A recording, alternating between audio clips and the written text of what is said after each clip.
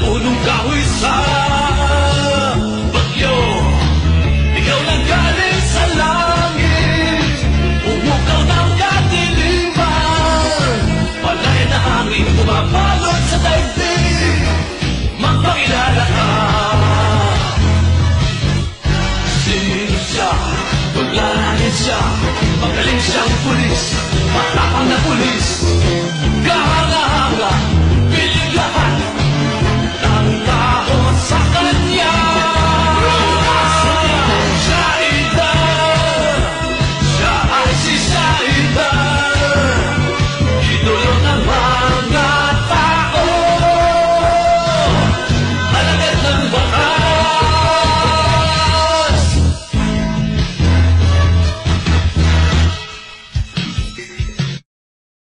Nakakapagod din pala maging pulis. Pangkalawa, ng hirap magsuot ng damit ni Annie at Shider. Maliligo lang muna ako kasi kailangan maging mabango sa pulis. Pangkalawa, kan siyempre kasama ko si Annie. Kita pan sino ba naman hindi gagana sa paglipad at mag-barrel ng mga kalaban pag nandyan na si Annie at lilipad na siya. Siyempre mabilis mata ko, kita ko pant niya agad, baka unahan pa ako ng mga kalaban. Siyempre si Annie para lang sa akin. Ako ata si Caspe alias Shider, pulis pang inuman sa Kalawakan. Dun kami tatagay ni Annie sa Kalawakan para mas uno ko si Annie. Hayaan ko muna mga kalaban ko maghintay sila dahil maglalasing muna ako. Baba na lang ako pag nandyan na mga kalaban. Time pairs muna ako, hindi pa ako handa magsusuot aw kami ng damit ni Shider at damit ni Annie. Siyempre kita pant yung isusuot ni Annie.